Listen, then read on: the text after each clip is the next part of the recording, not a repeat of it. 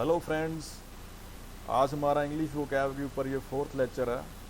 उम्मीद करता हूँ कि पहले लेक्चर्स की तरह आप इस लेक्चर को भी सपोर्ट करोगे। चलिए स्टार्ट करते हैं।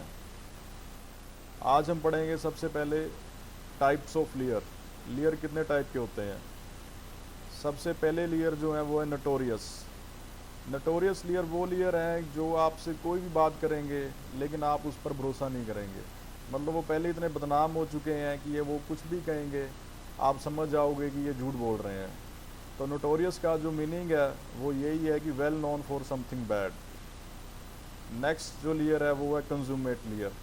कंज्यूमेट लेयर ऐसे लेयर हैं जो आपको जो भी बात कहेंगे आप उस पर भरोसा कर लोगे। मतलब ये इतने स्किल्ड है अपनी बातों में कि आपको झूठ भी बनवा देंगे।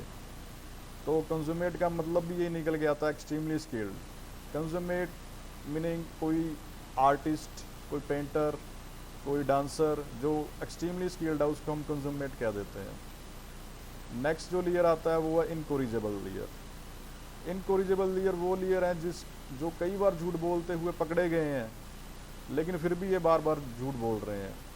मतलब इन लोगों को आप सुधार नहीं सकते। तो इनकोरिजेबल का मीनिंग भी यही है कि जिस चीज़ को हम सुधार ना सकें वो है इनकोरिजेबल, और कोरिजेबल इसका उलट है जिसे सुधारा जा सके। नेक्स्ट जो वर्ड आया वो है इनवेटरेट लेयर। इनवेटरेट लेयर वो लेयर है जो काफ़ी पुराने टाइम से झूठ बोल रहे हैं और अब ये कंडीशन हो चुकी है कि वो अपने आप को बदल नहीं सकते। तो इसका मीनिंग भी यही निकल के आता है कि कोई आदत जो पुरानी एस्टेब्लिश हो चुकी है किसी में और अब वो उसको चेंज नहीं हो सकती, उसको हम इन्वेटरेट कहते हैं। नेक्स्ट जो लेयर आता है वो है कनिजेंटल लेयर। कनिजेंटल लेयर जो बंदा जो है पैदा होने से ही झूठ बोलता है तो हम उसको बोल देते हैं कि कॉन्जेंटल लेयर। तो कॉन्जेंटल का मीनिंग भी यही निकल के आता है फ्रॉम बर्थ। जो चीज़ किसी में बाय बर्थ होती है, किसी की कोई कैरेक्टरिस्टिक्स होती है, किसी को कोई डिसीज़ होता है तो उसको हम कॉन्जेंटल डिसीज़ बोल देते हैं। नेक्स्ट जो वर्ड आया हमारा क्रोनिक। क्रोनिक को हमेशा हम टाइम से रिलेट करते हैं और क्रोनिक लेयर ऐसा लेयर जो काफ़ी समय से झूठ बोल रहा है, पुराना मतलब जिसको आदत लगी हुई है, पुराने समय से जो बंदा झूठ बोल रहा है। कोई क्रोनिक डिसीज़ हुई तो उसको भी हम ये कहेंगे कि जो काफ़ी समय से जो चली आ रही है। क्रोनिक के बारे में हम अगले रूट में पढ़ेंगे। नेक्स्ट जो लेयर आया वो है पैथोलॉजिकल लेयर। पैथोलॉजिकल लेयर वो लेयर जिसको हम कह सकते हैं कि झूठ बोलने की बीमारी है। तो पैथोलॉजिकल का मीनिंग भी यही आता है कि कोज्ड और कनेक्टेड विद डिसीज़ और इलनेस। नेक्स्ट जो वर्ड आया वो है अनकंसाइनेबल।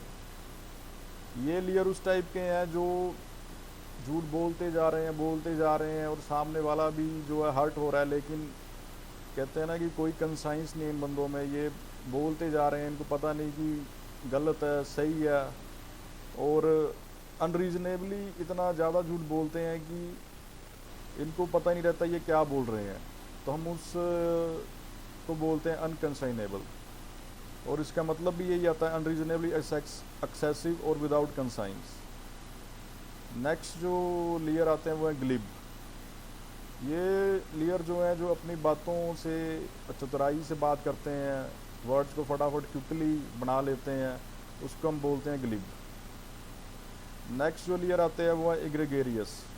एग्रेगेरियस लेयर ऐसे लेयर हैं जो बहुत ही बड़ा झूठ बोलते हैं कि आप बिल्कुल शॉक हो जाते हो, एक्सट्रीमली मतलब शॉक हो जाते हो भी हाँ ये क्या बोल रहा है। मतलब आप एक्सट्रीमली मतलब अंदर बुरा फील होता है। मतलब इसका मीनिंग भी यही है एक्सट्रीमली बैड।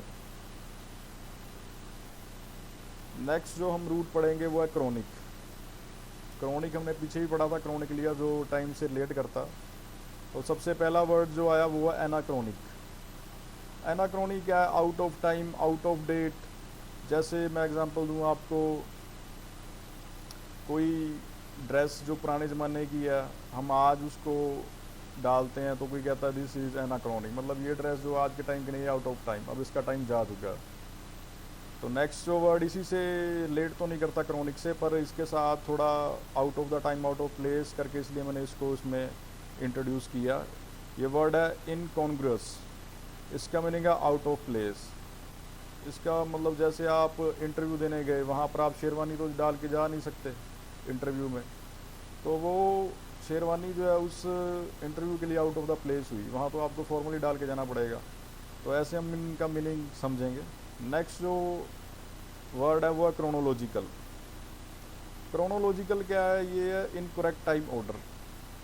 किसी भी सीक्वेंस को हम टाइम के हिसाब से जब ऑर्डर करते हैं तो उसको हम क्रोनोलॉजी कहते हैं। उसकी science of time and order को हम क्रोनोलॉजी कहते हैं। और किसी सीक्वेंस में किसी ऑर्डर को अरेंज करते हैं तो वो क्रोनोलॉजिकल ऑर्डर हो जाता है। तो नेक्स्ट वर्ड हमारा आया क्रोनोमीटर। अगर टाइम को हम मेज़र करें वो करने वाली इंस्ट्रूमेंट को हम बोलते हैं क्रोनोमीटर। और ये मेनली शिप्स में यूज़ होती है। नेक्स्ट जो हमारा वर्ड आया, दो वर्ड है इसमें, दो रूट हैं। एक पैथो जिसका मीनिंग डिसीज़ है, एक पैथोज है जिसका मीनिंग फीलिंग है। चलिए पढ़ते हैं। सबसे पहला वर्ड जो है पैथोलॉजी। पैथो आप का रूट आपको पता है डिसीज़, लॉजी आप पिछले लेक्चर्स में आप पढ़ चुके हो, किसी चीज़ की साइंस की स्पेशलाइजेशन। तो पैथोलॉजी का मीनिंग हुआ science of study of disease. Next जो हुआ पैथोलॉजिस्ट। पैथोलॉजिस्ट वो है जो किसी बीमारी का पता करने के लिए टिश्यू को एग्जामाइन करता है, उसको पैथोलॉजिस्ट बोल देते हैं। आगे आया सिंपैथी। सिंपैथी में जो पैथी है वो फीलिंग है, किसी के साथ फीलिंग अपनी शेयर करना, किसी के दुख में उसके साथ खड़े होना, उसको हम सिंपैथी बोल देते हैं।